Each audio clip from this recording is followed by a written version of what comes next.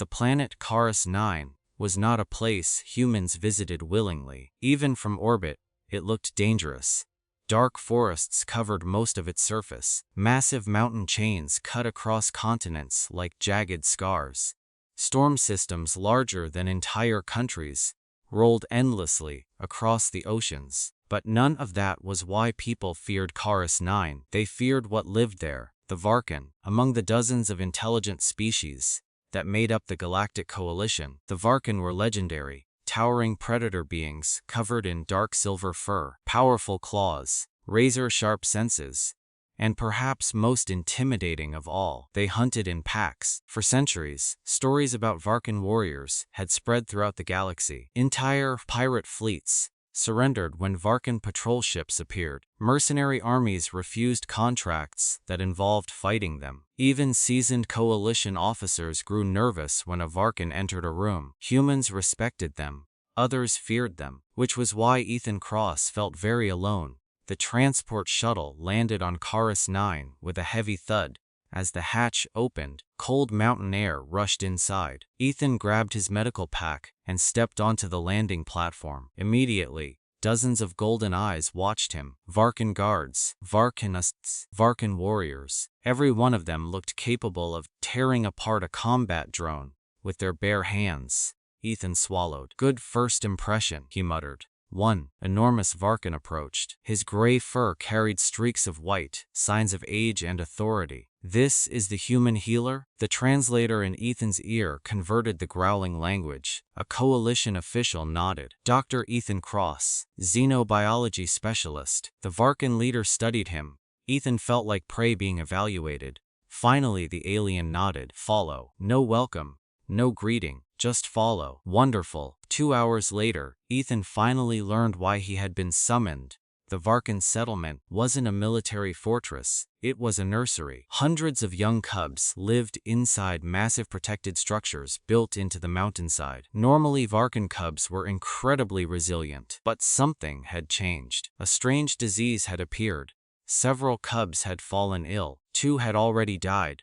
The coalition's best medical teams had failed to identify the cause. Now desperation had forced the proud Varkan to seek outside help. Ethan reviewed the data, blood scans, neural activity, immune responses. Everything looked normal, which made no sense.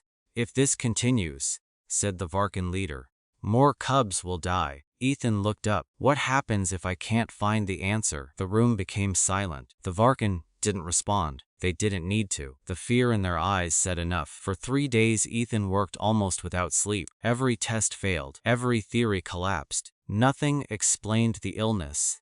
By the 4th day frustration had become exhaustion. He left the medical center and wandered through the nursery corridors. The mountain complex was surprisingly peaceful. Soft lights glowed from the walls. Small sleeping chambers lined the halls. The distant sounds of cubs echoed through the structure. Then Ethan heard something else. A whimper, very faint, coming from a maintenance tunnel. He followed it. At the end of the tunnel, hidden behind storage containers, lay a cub. Small, thin, injured. Its silver-black fur was stained with blood. One hind leg bent at an unnatural angle. The cub immediately growled. A tiny triangle growl, but a Varkan growl nonetheless. Ethan slowly crouched. "Easy there." The cub bared tiny teeth. Its eyes were filled with fear. No medical tags, no tracking device, no identification. It wasn't one of the sick cubs. It had simply been forgotten or hidden. Ethan scanned the injury. His expression darkened. The fracture was severe. The cub had probably been trapped somewhere during a recent storm and crawled here afterward. Alone. In pain, terrified. No wonder it was aggressive. The cub tried to stand, collapsed instantly. Another whimper escaped. Ethan's heart sank. He had seen this look before. Animals, humans, alien species. Pain always looked the same. Slowly he removed a ration bar from his pack. The cub growled again, but weaker this time. "It's okay." The cub watched carefully. Several minutes passed. Finally it took the food. Then another. Then another. Trust came slowly, but it came. Hours later, Ethan carried the sleeping cub into the medical center. The reaction was immediate. Varkan guards surrounded him, weapons raised. Growls echoed through the corridor. Ethan froze. What? A female Varkan stepped forward. The cub belongs to Bloodpack. Ethan blinked. Bloodpack? The strongest hunting lineage on Karis 9. That explained the reaction. The Bloodpack were famous. Their warriors protected entire sectors of Coalition territory. Hurting one of their cubs was considered unthinkable. The female Varkan stared at him. You touched it. Yes. You carried it. Yes. The room became strangely quiet. The Varkans exchanged confused glances, as if Ethan had violated some sacred rule, without realizing it. Then the cub woke up. It looked around, saw Ethan, and immediately buried its head against his shoulder. Every Varkan in the room stopped breathing. One guard actually dropped his weapon. Ethan looked around. What? Nobody answered. The next morning, the entire settlement knew. The human healer had somehow bonded with a Bloodpack. News spread rapidly. Some found it amusing. Others found it suspicious. Most found it impossible. The cub, whose name translated roughly to Ashpaw, refused to leave Ethan's side. Medical scans, meals, research, Ashpaw followed everywhere. When guards tried taking him back to the nursery, he escaped. When handlers approached, he hid behind Ethan. When Ethan slept, the cub slept nearby. The behavior made absolutely no sense. Varkan subs rarely trusted outsiders, especially humans, yet Ashpaw acted as if Ethan were family. And then something even stranger happened. The illness spreading through the nursery suddenly worsened. 3 more cubs collapsed. Emergency alarms echoed throughout the mountain complex. Medical teams rushed through corridors. Panic spread among the parents. The disease was accelerating, and Ethan still had no answers. That night he sat alone in the laboratory. Data screens surrounded him. Thousands of test results. Thousands of failures. Ashpaw slept beneath the desk. For the first time since arriving, Ethan considered giving up. Maybe he wasn't smart enough. Maybe the answer simply didn't exist. Then Ashpaw suddenly woke. The cub sniffed the air, its ears flattened. A low growl emerged from its throat. Not fear. Warren Ethan looked up. The cub wasn't staring at the door, or another person. It was staring at a food container collected from the nursery. A container every sick cub had eaten from. Ethan froze. Slowly he turned toward the scanner. A terrible realization formed. Then his eyes widened. Impossible. The scanner displayed traces of something hidden inside the food. Something no one had tested for. Something artificial. Something designed. Ethan's pulse quickened, because if he was right, the cubs weren't suffering from a disease at all. They were being poisoned. Ethan stared at the scanner results. The laboratory suddenly felt smaller, colder, more dangerous. For nearly a week, everyone had believed a mysterious disease was spreading through the nursery. Coalition doctors had searched for viruses, bacteria, genetic disorders, environmental contamination, but nobody had looked for deliberate poisoning. Why would they? The idea was almost unthinkable. The Varkan protected their cubs more fiercely than anything else in existence. No sane individual would target them, yet the evidence sat directly in front of him. Tiny traces of a synthetic compound, hidden inside nutrient supplements distributed throughout the nursery. The substance attacked developing neural pathways, slowly, quickly, making it appear like a natural illness. Ethan ran the scan 3 more times. The result never changed.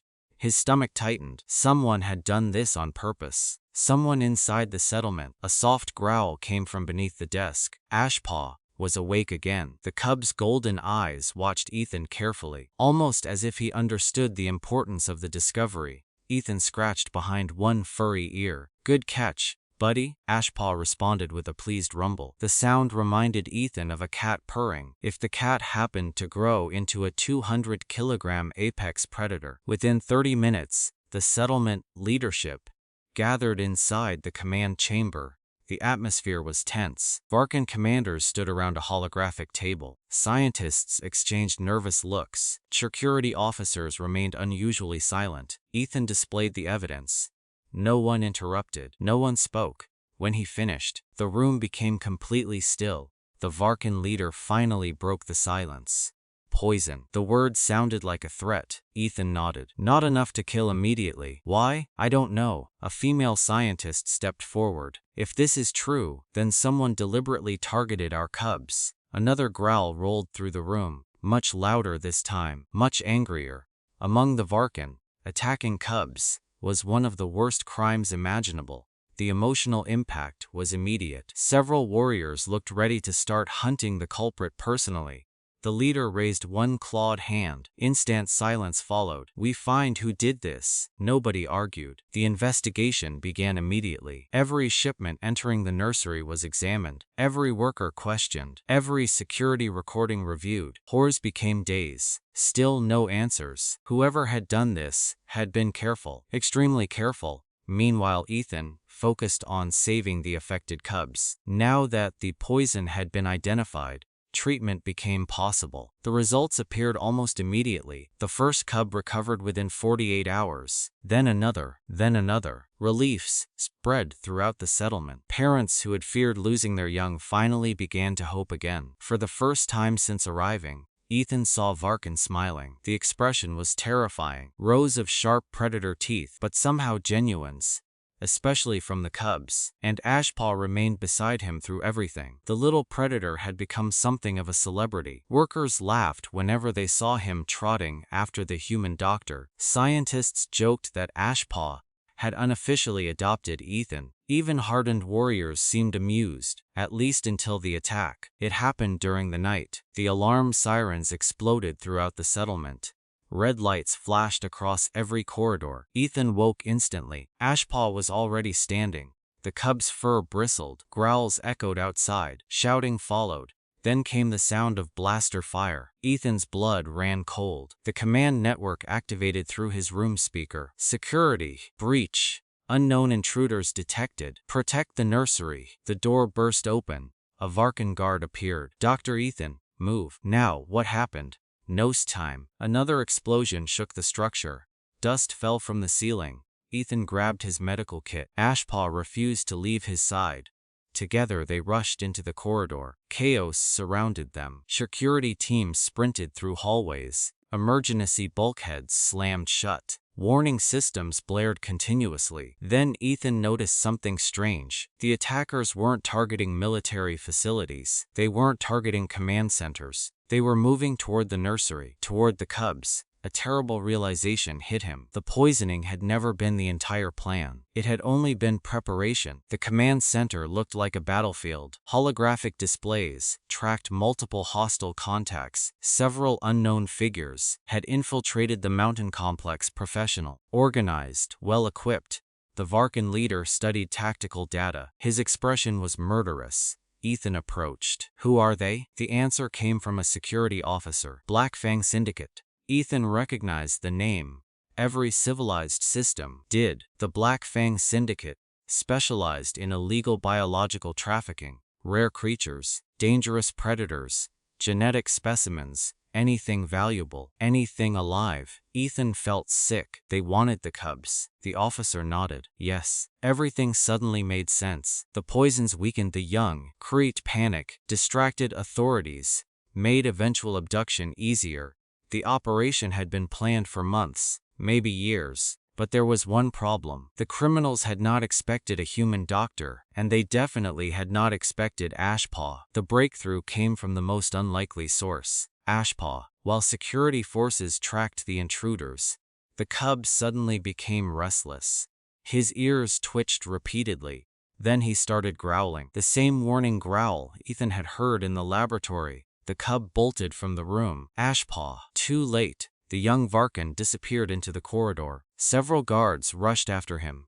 Ethan followed. The chase lasted almost 10 minutes. Through maintenance tunnels, Dostorcho sections, abandoned engineering corridors. Then Ashpaw stopped. The cub stared at a wall. Nothing unusual, just metal plating. Then Ethan noticed faint scratches. Recent scratches. He near a maintenance panel. One guard opened it.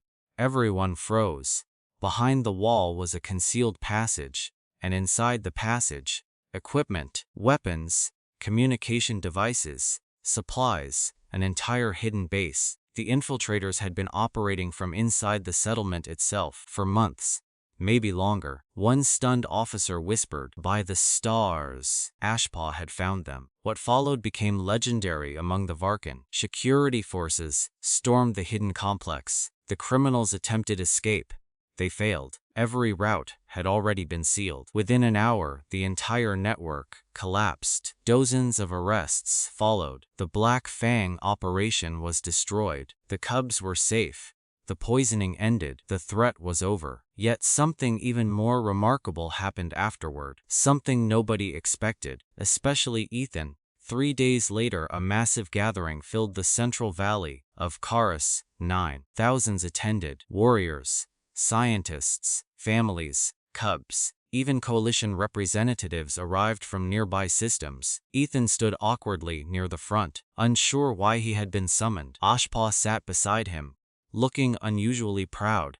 The Varkan leader stepped forward. His voice echoed across the valley. "For generations, the Blood Pack has protected our people." Thousands listened. Yet when one of our Cubs suffered alone, injured and forgotten, it was not a Varkan who found him first. The leader turned toward Ethan. "It was a human." Murmurs spread through the crowd. "He showed compassion when others showed fear. He gave aid when others walked away. He protected one Cub." The leader paused, then smiled. "And because he protected one Cub, he protected all of them." The crowd erupted. The sound was overwhelming. Thousands of Varkan striking their chests in approval, a gesture of honor, respect, gratitude. Ethan had never seen anything like it. Then the Blood Pack emerged. Dozens of enormous predators walked forward, the most feared hunting lineage on the planet. Every spectator became silent. The pack leader approached Ethan, towering over him. The warrior lowered his head, a sign of respect.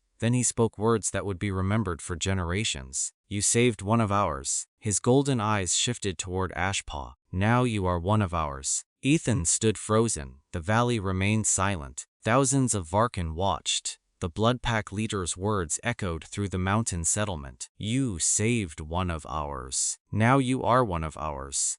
For a moment, Ethan thought the translator had malfunctioned. Surely he had misunderstood. Humans and Varkan respected one another, worked together, traded together. But becoming part of a Varkan pack? That wasn't something that happened. Ever.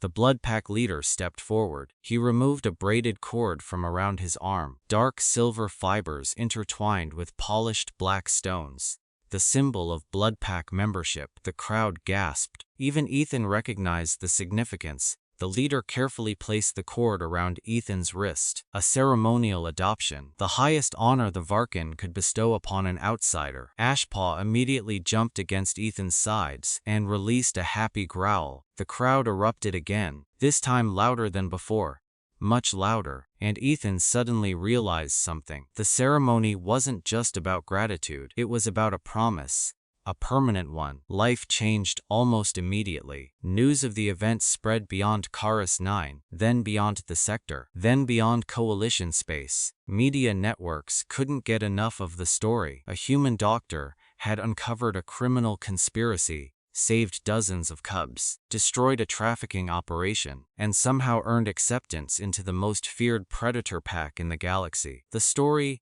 sounded fictional, yet it was completely true. Journalists arrived daily. Researchers requested interviews. Politicians wanted photographs. Ethan hated every second of it. HFY loved it. The Cub seemed convinced the entire galaxy existed to provide him attention. Months passed. The wounded leg healed perfectly. The poisoned Cubs recovered completely. The nursery returned to normal. For the first time since Ethan's arrival, peace settled over the settlement.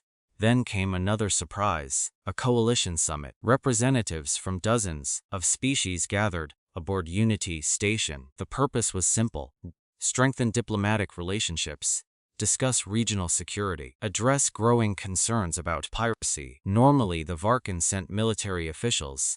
This time they sent someone else. Ethan, when he received the invitation, he assumed it was a mistake. It wasn't.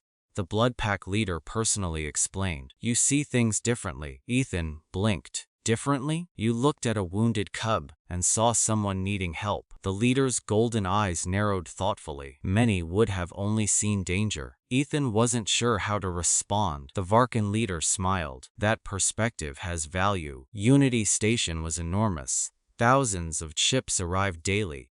Representatives from every major species filled its halls. As Ethan entered the main conference chamber, conversations immediately slowed. People recognized him, not because he was famous, because Ashpaw walked beside him. The cub had grown significantly, no longer small enough to carry. Now he stood nearly waist-high. His paws alone looked intimidating. Yet his favorite hobby remained following Ethan everywhere. The contrast amused people endlessly. One diplomat whispered to another, "That's him, the human?" "No, the cub." Ethan laughed. Ashpaw looked proud. The summit progressed smoothly, until the crisis.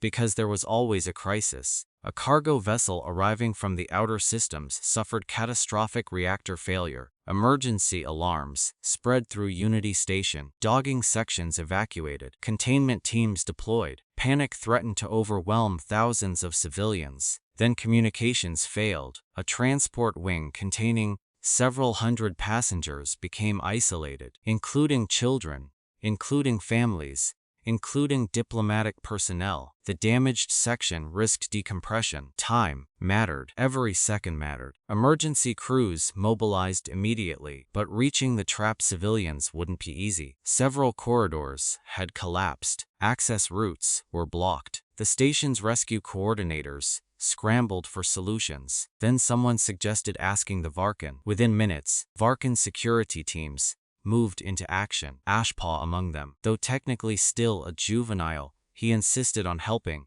Ethan watched nervously. The cub, well, not really a cub anymore, had become remarkably capable.